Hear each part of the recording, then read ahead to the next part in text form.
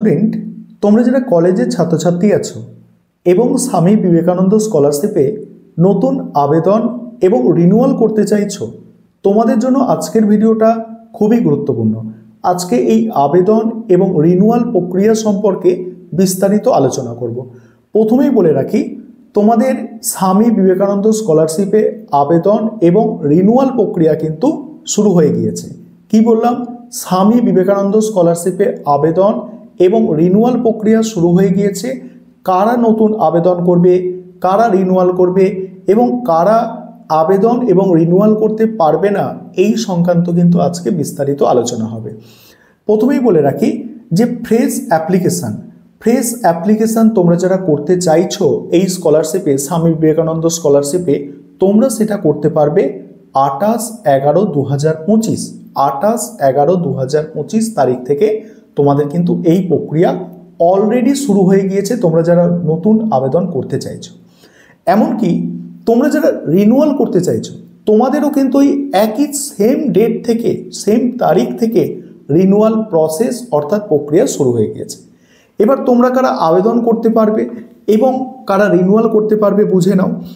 নতুন যারা আবেদন করবে, ভালো করে শুনবে, নতুন যারা আবেদন করবে কলেজের ক্ষেত্রে আমি বলছি, তোমরা যারা উচ্চ মাধ্যমিকে 60% বেশি নম্বর পেয়েছো, অর্থাৎ 300 নম্বরের বেশি নম্বর পেয়ে এইবারে প্রথম কলেজের প্রথম সেমিস্টারে ভর্তি হয়েছে, অর্থাৎ কলেজের প্রথম সেমিস্টারের এখন ছাত্রছাত্রী আছো, তোমাদের উচ্চ মাধ্যমিকে 60% নম্বর অর্থাৎ 300 নম্বর বা তার বেশি আছে, তোমরা এই স্কলারশিপে আবেদনের যোগ্য। অর্থাৎ তোমরা যত তাড়াতাড়ি পারো এই স্কলারশিপে আবেদন করে নাও।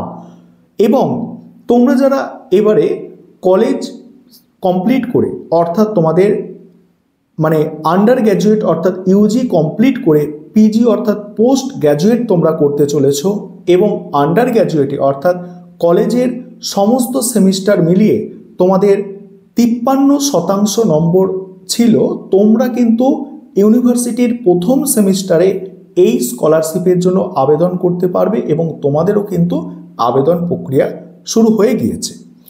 এবং এক্ষেত্রে একটি কন্ডিশন সবথেকে গুরুত্বপূর্ণ, তোমরা যারা আবেদন করতে চাইছো এই স্কলারশিপের জন্য বা রিনিউয়াল করতে চাইছো, তোমাদের পারিবারিক আয় মানে বাৎসরিক অর্থাৎ বছরে অর্থাৎ অ্যানুয়াল আয় 2.5 লক্ষ টাকার কম হতে হবে। 2.5 লক্ষ টাকার কম যদি তোমাদের পারিবারিক আয় হয়, তাহলে তোমরা এই স্কলারশিপে আবেদনের যোগ্য। যেটা তোমরা যদি ওয়েবসাইট দেখো সেখানে তোমাদের এটা মেনশন করা আছে। এবং আরেকটা কন্ডিশন, তোমার তো আবেদন করার জন্য মানে যখন তুমি নতুন আবেদন করছো, তাহলে তার জন্য তোমার কি কি ডকুমেন্ট লাগছে? ডকুমেন্ট লাগছে তোমার একাডেমিক ডকুমেন্ট, অর্থাৎ রেজাল্ট লাগছে, সেখানে প্রাপ্ত নম্বর দেখা হবে, সেই প্রাপ্ত নম্বরের জন্য রেজাল্ট লাগছে। এবং তোমরা এখন পড়াশোনাটা চালিয়ে যাচ্ছ, তার জন্য যে প্রতিষ্ঠানে তোমরা পড়ছো, যদি তোমরা কলেজে পড়ো, সেই কলেজে বা ইউনিভার্সিটিতে পড়ো, বা সেই ইউনিভার্সিটির তোমার একটা অ্যাডমিশন যখন নিয়েছিল, তোমার একটা অ্যাডমিশন রিসিপ্ট ছিল, অর্থাৎ মানে ফিস পে করেছিলে তার একটা রিসিপ্ট ছিল, সেটা কিন্তু লাগছে। এবং তোমরা জানো টাকা তো ব্যাংকের পাসবইয়ে ঢোকে, তাই ব্যাংকের পাসবই থাকতে হবে এবং তাতে আইএফএসসি কোড থাকতে হবে।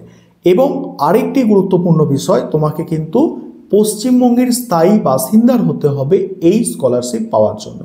এই স্কলারশিপ পাওয়ার জন্য পশ্চিমবঙ্গের কিন্তু স্থায়ী বাসিন্দার হতে হবে। ঠিক আছে, এটা গেল। এবারে রিনিউয়াল, তোমরা যারা রিনিউয়াল করবে, দেখো রিনিউয়াল কারা করতে পারবে। প্রথমে এক কথাই বলে রাখি, আগে যারা টাকা পেয়েছো তোমরা রিনিউয়াল করতে পারবে।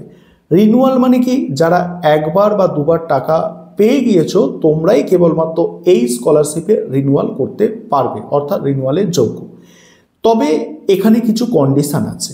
টাকা আগে পেয়েছো তবেই তোমরা রিনিউয়াল করতে পারবে। এছাড়া কিছু কন্ডিশান আছে কি, যে তোমার আগের দুটো সেমিস্টারে 60% নম্বর থাকতে হবে। এখানে ওয়েবসাইটে যেটা উল্লেখ করা আছে, যে ধরো তুমি 3rd সেমিস্টারে এখন পড়াশোনা করছো, তাহলে কি প্রথম সেমিস্টার এবং সেকেন্ড সেমিস্টারের দুটো সেমিস্টার মিলিয়ে 60% নম্বর থাকলে তবে তুমি এই স্কলারশিপে আবেদন করতে পারো, আবেদন নয় রিনিউয়াল করতে পারবে।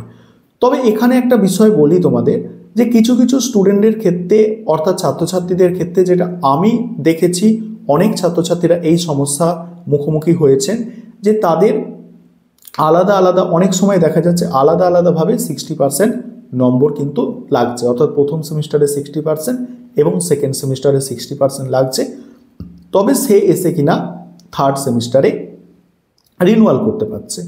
তবে তোমাদের বলি এটা কিন্তু সঠিক নয়।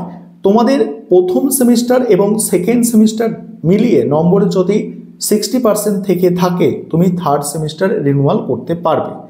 আবার যদি তোমার থার্ড সেমিস্টার এবং ফোর্থ সেমিস্টারের নম্বর মিলিয়ে 60% হয়, তুমি ফিফথ সেমিস্টারে এসে এই স্কলারশিপের জন্য রিনুয়াল করতে পারবে। তবে একটা জিনিস মনে রাখবে, থার্ড সেমিস্টারে ফিফথ সেমিস্টারে রিনুয়াল করা যায় তোমরা যদি আগে টাকা পেয়ে থাকো গতবার, তবে তোমরা রিনুয়াল করতে পারবে। নতুন আবেদন কিন্তু ওই প্রথম সেমিস্টারেই করা যাবে এবং আবার তোমরা যখন ইউনিভার্সিটিতে পড়বে অর্থাৎ বিশ্ববিদ্যালয়ে পড়বে তখন তোমরা কিন্তু করতে পারবে।